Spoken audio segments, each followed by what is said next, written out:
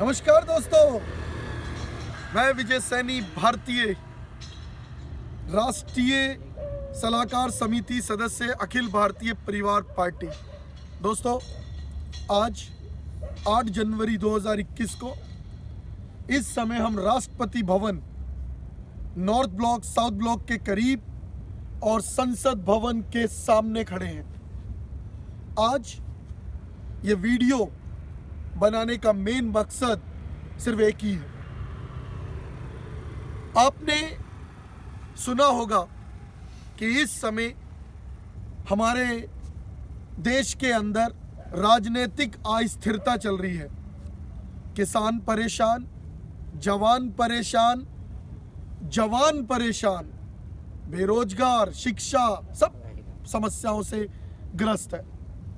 इसी तरह से अमेरिका के अंदर आपने देखा होगा लोकतंत्र की हत्या की जा रही है, क्योंकि हमारे देश के प्रधानमंत्री भी हमारे लोकतंत्र की महाहत्या कर रहे हैं। उन्होंने अमेरिका के अंदर पार्लियामेंट के अंदर जो राष्ट्रपति है अमेरिका के, वो ये कहते हैं कि चुनाव निष्पक्ष नहीं हुआ। जब जनता ने जो बाइडेन को राष्ट्रपति का पद दे दिया है, तो क्यों ये बात हमारे देश के जो ट्रंप के चाहने वाले और साथ ही साथ हमारे प्रधानमंत्री श्री नरेंद्र मोदी भी समझते क्यों नहीं? इन कुछ ऐसी बातें हैं जिनके ऊपर हमारे जो है दूसरे साथी को मैं आमंत्रित करूंगा, जो आकर के आपको बताएंगे कि आखिरकार अमेरिका में जो लोकतंत्र की हत्या हो रही है और जो भारत में लोकतंत्र की महाहत्या हो रही है, उसके क्या कारण हैं। तो मैं अपने साथी अमित यादव जी को आमंत्रित करूंगा। अमित यादव भारतीय जी को नमस्कार साथियों, मैं अमित यादव भारतीय अखिल भारतीय परिवार पार्टी से। साथियों, परसों जो अमेरिका के संसद में जो हुई वो बहुत ही दुर्भाग्यपूर्ण है एक लोकतांत्रिक देश में, क्योंकि लोकतंत्र में असहमति का जगह हिंसा कतई नहीं हो सकता है, और अमेरिका जैसे देश में तो बिल्कुल भी नहीं होना चाहिए, क्योंकि अमेरिका अब तक ये दावा करता आया है कि हम 200 साल पुराना लोकतंत्र और सबसे सफल और मजबूत लोकतंत्र है। अमेरिका जैसे देश में ये सब होना एक बहुत ही दुर्भाग्यपूर्ण है। और जो मुख्य बातें हैं जो मैं कहना चाहता हूँ दोस्तों, वो मुख्य बातें ये है कि भारत की लोकतंत्र से उसकी तुलना किया जाए तो भारत में अभी वर्तमान में किसान आंदोलन चल रहा है, और किसान हजारों ट्रॉलियाँ और लाखों किसान अलग अलग प्रवेश द्वार पर, दिल्ली के अलग अलग प्रवेश द्वार पे हैं, लेकिन फिर भी एक हिंसा की घटना नहीं हुआ। कल भी आपने देखा किसानों ने 3,500 ट्रैक्टर के साथ अपनी रैलियां निकाली और एक भी परिंदे को चोट तक नहीं पहुंची। तो इससे पता चलता है कि हमारा लोकतंत्र और अमेरिका के लोकतंत्र में कितना फ़र्क है। अमेरिका जो अब तक दावा करता है हम लोग 200 साल पुराना लोकतंत्र और सबसे मजबूत, दुनिया के सबसे मजबूत और सफल लोकतंत्र है, इस दावे के साथ अमेरिका मुँह के बल गिरी।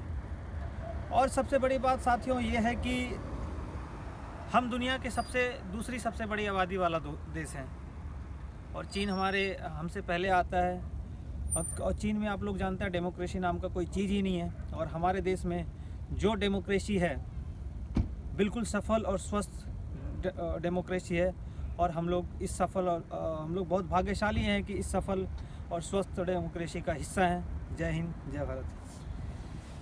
यहाँ पर अमित जी, मैं एक बात भी यहाँ पर बताना चाहूँगा कि जो मैंने ये शब्द शुरुआत में वीडियो में यूज़ किया कि अमेरिका में लोकतंत्र की हत्या हुई और भारत में लोकतंत्र की महाहत्या हो रही है, तो उसके पीछे एक कारण है। वो ये कि हमारे देश का जो अन्नदाता है, अगर उस अन्नदाता को पीड़ा होगी तो क्या ये भी लोकतंत्र की महाहत्या नहीं है?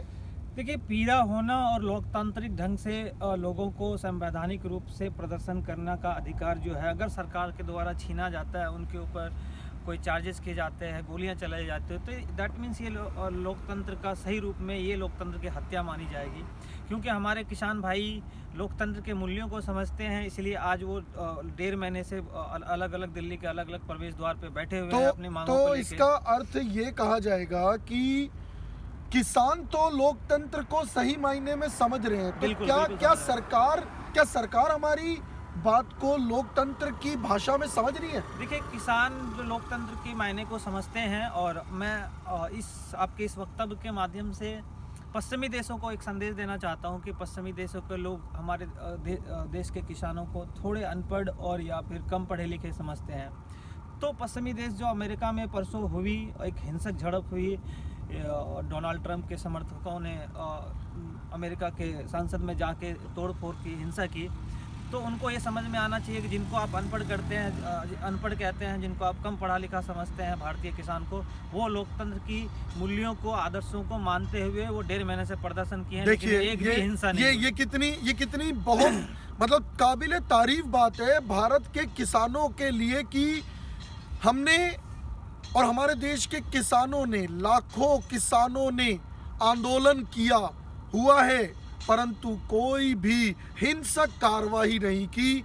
लेकिन यही बात नजर आती है पढ़े लिखे देश, जो हमें अनपढ़ कहते थे, उन पढ़े लिखे देशों में देखिए उनकी संसद के अंदर डोनाल्ड ट्रंप के जो समर्थक थे उन्होंने जो है वहाँ हिंसक कार्रवाई की, और जो वहाँ पे सदन के सभापति थे उनकी जो गद्दी थी, जो सीट थी, उस तक पर जाकर के बैठ गए। ये अपमान है। भारत में कई ऐसे आंदोलन हुए, बड़े बड़े आंदोलन हुए, सरकार और जनता के बीच बहुत बड़ी बड़ी असहमतियां आई, और कई बार चुनाव में भी ये होते हैं कि ईवीएम हैक किया जाता है। लेकिन भारत के लोग एक परिपक्व लोकतंत्र में है, परिपक्व लोकतंत्र की मर्यादा को समझते हैं। इस तरह की घटना आज तक कभी नहीं हुई भारत के इतिहास में, और इससे पता चलता है कि हम दुनिया के एक सबसे सर्वश्रेष्ठ लोकतंत्र है। इससे अमेरिका को सीखना चाहिए कि भारत के लोकतंत्र को कैसे सीखा जाए और अपने देश में इम्प्लीमेंट किया जाए। और सबसे बड़ी बात यह है कि मैं कहना चाहता हूं जो बाइडेन को कि आपने एक डेलीगेशन तय करे और उसको भारत भेजे, ताकि यहाँ के लोकतंत्र के अच्छे से अध्ययन करके, अच्छे से समझ के, यहाँ के लोगों की लोकतांत्रिक जो सोच है उसको समझ के अमेरिका में ये संदेश दे और वहाँ पे लागू करें। अच्छा, यहाँ पर एक बात और देखने वाली है दोस्तों कि भारत जैसी दुनिया की सबसे बड़ी लोकतंत्र होने के बावजूद हम लोग यहाँ पर जो चुनाव करवाते हैं, उस चुनाव के अंदर हम लोग ईवीएम मशीन्स का प्रयोग करते हैं। लेकिन अमेरिका जो कि एक सुपर पावर अपने आप को कहता है, वो देश अपने यहाँ पे बैलेट पेपर से वोटिंग कराता है। तो क्या ये भी एक देखा जाए तो हमें अपने भारत के अंदर थोड़ा सा चेंज और परिवर्तन लाने की आवश्यकता है। जहाँ तक ईवीएम को लेके मेरी नॉलेज है कि उसको हैक करना मेरे ख्याल से मुश्किल है, और यहाँ के चुनाव प्रक्रिया यहाँ की चुनाव प्रक्रिया और अमेरिका की चुनाव प्रक्रिया में काफ़ी अंतर है। हम एक राज्यों का, अगर हम उत्तर प्रदेश की चुनाव करें तो लगभग मेरे ख्याल से अमेरिका से सिर्फ 10 करोड़ 20 से 22 करोड़ लोग वहाँ पे बसते हैं, लेकिन अमेरिका में 35 करोड़ लोग हैं अभी वर्तमान में। तो वहाँ की चुनाव प्रक्रिया, यहाँ की चुनाव प्रक्रिया में काफ़ी अंतर होता है। तो चुनाव आयोग ने जो ये लिया है, चुनाव आयोग मेरे ख्याल से सबसे प्रतिष्ठित संस्था है, भारत के प्रतिष्ठित संस्थाओं में से एक है, और चुनाव आयोग अगर कुछ कर रहा है तो वो मेरे ख्याल से गलत नहीं करेगा, क्योंकि सरकार आएंगी, सत्ता बदलेगी, आती जाती रहेगी, लेकिन चुनाव आयोग को अपनी मर्यादाओं का ख्याल रखते तो मुझे ये लगता है कि इसके लिए शायद हमारे चुनाव जो अधिकारी हैं, जो सर्वोच्च चुनाव अधिकारी हैं, उनको सामने आकर के जनता को एक ऐसी मुहिम चला करके विश्वास दिलाना चाहिए, जिसमें जनता के प्रत्येक व्यक्ति जो है जनता में उसको और दूसरी पार्टी के सभी व्यक्तियों को ये विश्वास हो सके कि हाँ, जो हम ईवीएम से चुनाव कराते हैं वो पूरी तरह से स्वच्छ है, उसमें किसी प्रकार की कोई गड़बड़ नहीं की गई है। क्या ऐसा होना चाहिए, नहीं होना चाहिए? नहीं होना चाहिए, बिल्कुल होना चाहिए। एक मुहिम शुरू करनी चाहिए, क्योंकि लोगों को ना इसके ऊपर विश्वास थोड़ा सा ना डगमगा जाता है, और लोग जो है कई राजनीतिक पार्टी हैं जो अपने स्वार्थ के लिए इस तरह का एक मुहिम चलाती हैं और कहती हैं कि ईवीएम हैक करके और जो है सरकारें बनाई गई हैं, तो इसको साइड करते हुए इसमें क्या होता है कि हमारी जो निर्वाचन आयोग है उसकी साख पे बट्टा लगता है। तो हमें एक ऐसा कुछ रास्ता निकालना चाहिए। मुझे ऐसा लगता है कि क्या हमारे देश की जनता को इसके लिए पहल करनी चाहिए और आवाज़ उठानी चाहिए। देखिए, सबसे पहले राजनीतिक पार्टियों को अपनी राजनीति से दूर होकर लोगों की लोकतांत्रिक मजबूती को प्रदान करें और लोगों के लोकतांत्रिक मूल्यों की मर्यादाओं को समझें। ईवीएम हैक हो रहा है, हैक हो रहा है, ये जनता पर से, लोकतंत्र पर से जनता का विश्वास इस तरह उठता है। और आप ईवीएम हैक हो रहा है तो आप उसको हैक करके प्रूव करके दिखाइए और चुनाव आयोग को एक चुनौती दीजिए।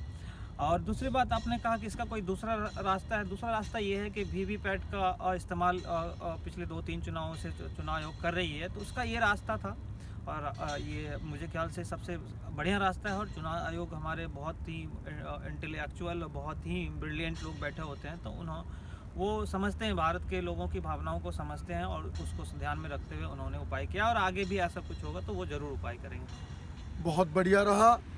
आज जो हमने ये छोटा सा विचार अपने जो रखे, अपनी पार्टी की ओर से भी रखे और अपने व्यक्तिगत जो विचार थे वो भी रखे, तो ये जो विचार हैं ये पार्टी और व्यक्तिगत तो हैं ही, साथ में देश की जनता के मन की बात है, जो कि हमारे देश के और प्रधानमंत्री जी भी अपने मन की बात करते हैं, तो हम भी उन्हीं के एक नक्शे कदम पर चल रहे हैं और जनता को मन की बातें बताना चाहते हैं हम भी।